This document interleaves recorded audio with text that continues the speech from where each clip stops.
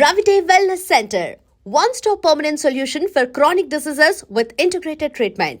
తాతగారి సినిమాల విషయానికి వస్తే అంటే మాకు కొన్ని కథలుగా చెప్తుంటారు. అంటే మేము చూసిన వయసు కాదు, మేము తెలుసుకున్న వయసే. ఆయన గురించి మా పెద్దలు చెప్తున్నప్పుడు తెలుసుకున్న వయసే.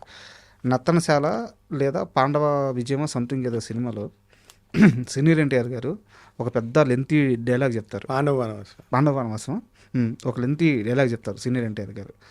బానిసలు అని చెప్పి ఒక మూతి విరుపుతో అట్లా ఒక మాట అంటారంట. నాకు బాగా గుర్తు, మా నాన్నగారు రంగారావు గారు మా ఊరిని డౌన్లోడ్ చేస్తారా. మా నాన్న ఎన్టీఆర్ గారి ఫ్యాన్, కృష్ణ గారి ఫ్యాన్, ఎన్టీఆర్ గారి ఫ్యాన్, ఇద్దరు ఫ్యాన్ ఆయన. మా ఊరిని డౌన్లోడ్ చేసేవారు రంగారావు గారు. అది నాకు బాగా గుర్తు, చిన్నప్పటి నుంచి. నాకు చాలా మంది చెప్పారండి. అది ఇప్పుడు అదొక 8 minutes పద్యం అండి.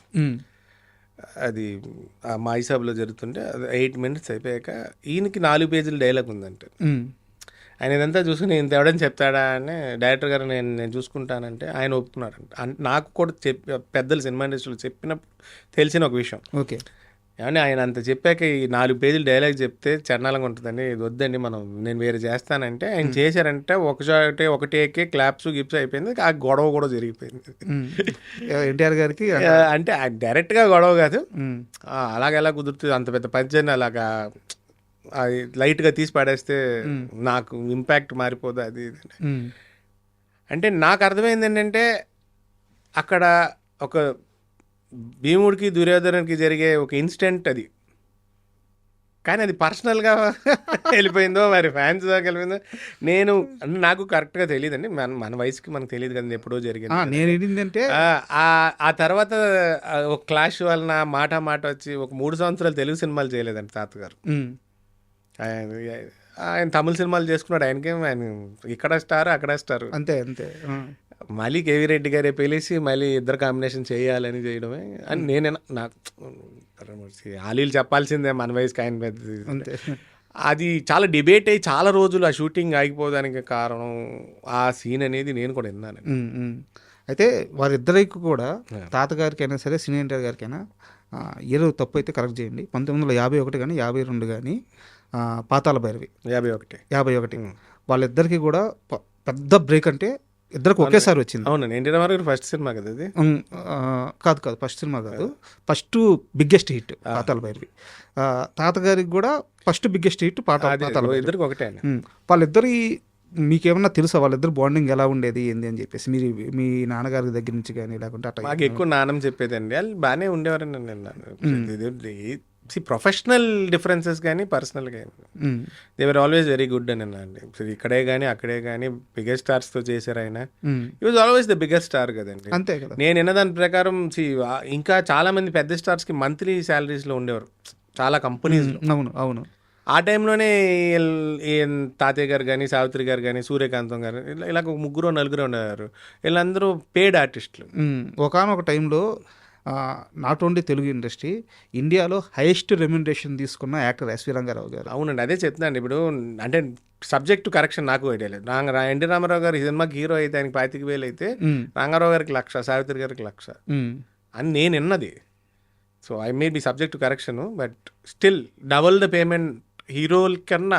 ఆయనని కాదు, ఎన్టీ రామారావు గారు ఒకళ్ళే అనకూడదు మనం, ఇంకా పెద్ద ఆర్టిస్టులు, పెద్ద హీరోలు చాలా మంది. ఎందుకంటే ఇది విజయవారి వాళ్ళ దాంట్లో ఏ సినిమాలు చేసినా ఏఎన్ఆర్ గారు కానీ, ఎన్టీఆర్ గారు కానీ వీళ్ళంతా ఎంప్లాయీస్. అవును, మంత్లీ శాలరీస్ ఉండేవి. అవునండి, అడిషనల్గా సినిమాకి రెమ్యునరేషన్ ఉండేది.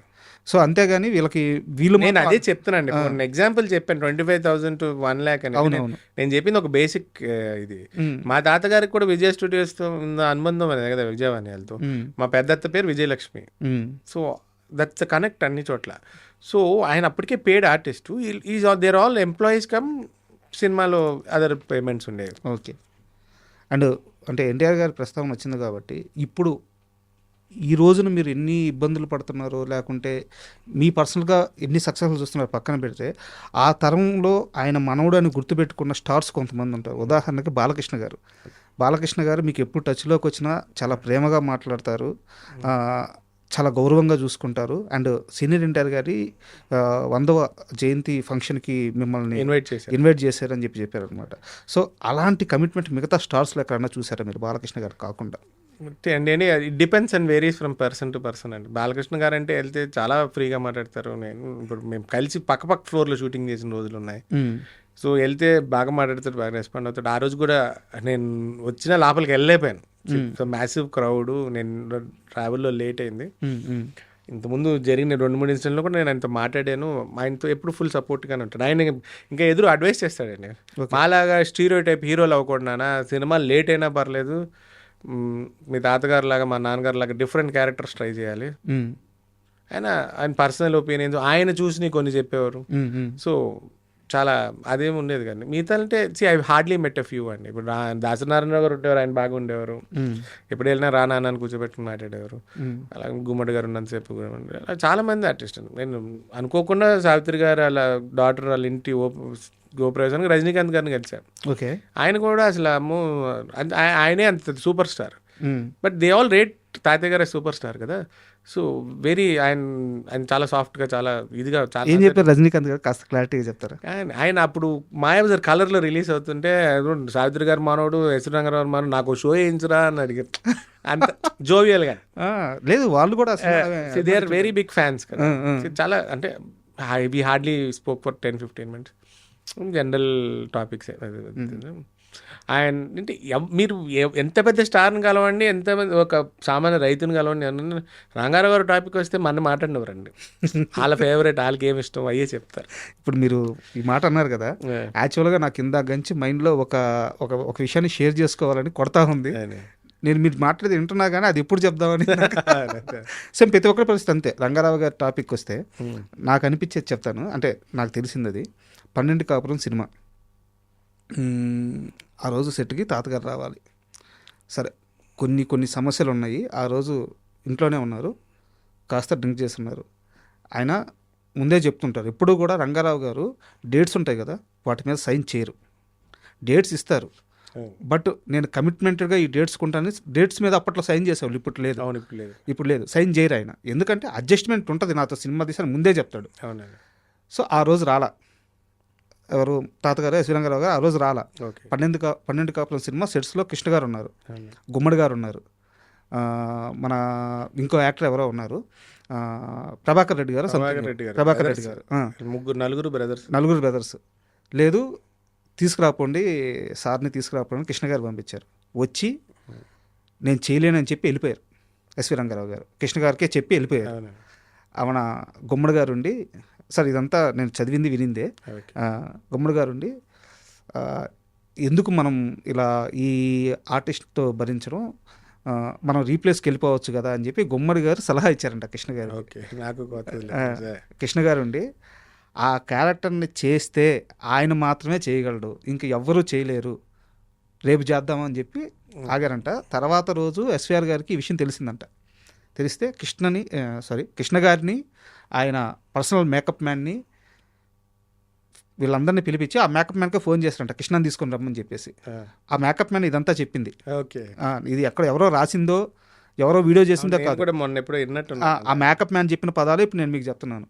వెళ్ళి చూస్తే ఇప్పుడు దాకా ఉన్న రష్ చూశారు కదా, ఇకపైన ఎస్విఆర్ విజృంభిస్తే, ఎస్విఆర్ తలుచుకుంటే ఎలాంటి అవుట్పుట్ వస్తుందో కృష్ణ నువ్వు చూస్తావు అని చెప్పి ఆ సినిమా మొత్తం యాక్ట్ చేస్తే ముందే చెప్పారంట, కృష్ణ ఈ సినిమా రిలీజ్ అయిన తర్వాత నీ గురించి కానీ, డైరెక్టర్ గురించి కానీ, ఇంకొకరి గురించి కానీ ఎవరు మాట్లాడుకోరు, ఓన్లీ ఎస్విఆర్ గురించే మాట్లాడుకుంటారు చూడు అని చెప్పి ఛాలెంజ్ చేసి ఆ సినిమా రిలీజ్ అయితే ఎస్విఆర్ గారు మొత్తం క్రెడిట్ అంతా కొట్టేశారు. అవునండి, ఆ సినిమాలో చిన్న ఆ పాటలో ఆ ఏడుస్తుంటేనే అయిపోయిందండి, అక్కడితో అయిపోతుంది. పిల్లోడు చనిపోక 12 కాపురంలో అవును, ఆ బాబు వినరా అంటేనే అయిపోయింది. ఇంకా అక్కడితో అదే పాట 2 రకాలు ఉంటుంది ఆ సినిమా. అవును, వేరియేషన్ ఉంది, ఆనందంగానే ఉంటుంది, బాధల్లోనే ఉంటుంది. ఆయన ఆ పాట ఎంత హిట్టో బాధపడే పాట కూడా అంతే హిట్. ఇప్పుడు ఇట్ డిపెండ్స్ అండి. ఇప్పుడు ఆయన ఆ రోజుల్లో ఆ మేకప్ మ్యాన్ గారు ఉన్నారు కాబట్టి, ఆయనకు జరిగింది తెలుసు కాబట్టి. ఆయన ఇంకో మాట అన్నాడు, ఈ సినిమా ఎవరికి నేను తాగనని చెప్పాడు ఆ రోజుల్లో, ఆయన చెప్పాడని. నేను కూడా ఇప్పుడు రీకాల్ చేసుకుంటూ వస్తున్నాను. ఇప్పుడు ఏదైతే ఇంత చెప్పిన ఆయన ఆ మాట కూడా అన్నాడు, ఇప్పుడు నేను తాగి పడుకున్నానే కదా మీరు అన్నారు, నేను ఇంత చెప్తున్నాను ఇంకా తాగిన. ఏమండి ఇప్పుడు డిపెండ్స్ అండి. ఆ రోజుల్లో షూటింగ్ లేదనుకుని ఉండొచ్చు, లేకపోతే ఇంకోటి అనుకుని ఉండొచ్చు. ఇప్పుడు ఆయన తాగి ఉన్నారు అంటున్నారు, ఓకే. నేను కమెంట్ చేయలేను, ఎందుకంటే ఆ రోజు ఏం జరిగిందో మనకు తెలియదు, సో మనకు ఐడియా లేదు. సో ఇట్ డిపెండ్స్ అండి. ఇప్పుడు అది జరిగింది అంటున్నారు, నేను ఆ తరంలో మనం లేం కాబట్టి. కానీ ఆ తర్వాత అవుట్పుట్ ఆయన ఇచ్చేశారు. సినిమాకి మనకు కావాల్సింది అవుట్పుట్ అండి. ఆ రోజు కమిట్మెంట్ హానర్ చేయలేదు అంటే ఆ ప్రొడ్యూసర్కి ఆయనకి ఉన్న అండర్స్టాండింగ్ అదంటే నాకు తెలిసి కృష్ణ గారి ప్రొడ్యూసర్ ఆ సినిమాకి. సో ఇట్ డిపెండ్స్ అండి, they are happy with output కదా.